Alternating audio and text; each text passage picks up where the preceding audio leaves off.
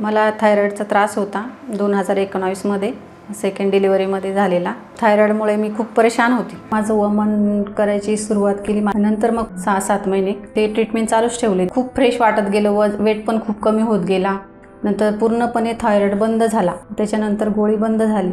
मग आत्तापर्यंत काही त्रास नाही आहे। माझं नाव साधना गायकवाड, मी राहायला पंचवटीत आहे। माझं वय आज 40 चालू आहे। मला थायरॉईडचा त्रास होता 2019 मध्ये सेकंड डिलिव्हरीमध्ये झालेला। थायरॉईडमुळे मी खूप परेशान होती। तर माझे आमचे असेच रिलेटिव्ह होते, तर त्यांनी मला रोहिती आयुर्वेदाचं नाव सुचवलं। तर मी डॉक्टरांकडे गेली। मग डॉक्टरांकडे गेल्यानंतर मला माझं वमन करायची सुरुवात केली। मला त्यांनी टायमिंग दिलेला, दुसऱ्या दिवशी सकाळी 5:30 ला यायचं म्हणे पहाटे। तर त्यांनी आयुर्वेदिक काढे वगैरे करून ठेवलेले होते, तर ते प्यायचे। मग त्याच्यानंतर आपण वॉमिटिंग करायची। तर असं बरेच 10-15 वेळेस करायचे असतात काढे प्यायचे, वॉमिटिंग करायची। काढे पिल्यानंतर जी वॉमिटिंग झाल्यानंतर थरकाप होतो, खूप रडू येतं, असं वाटतं कोणतरी पाहिजे आपल्याजवळ। त्यांनी सुद्धा इतकी मुलीसारखी काळजी घेतली। मग घरी गेल्यानंतर एकदम फ्रेश वाटलं मला।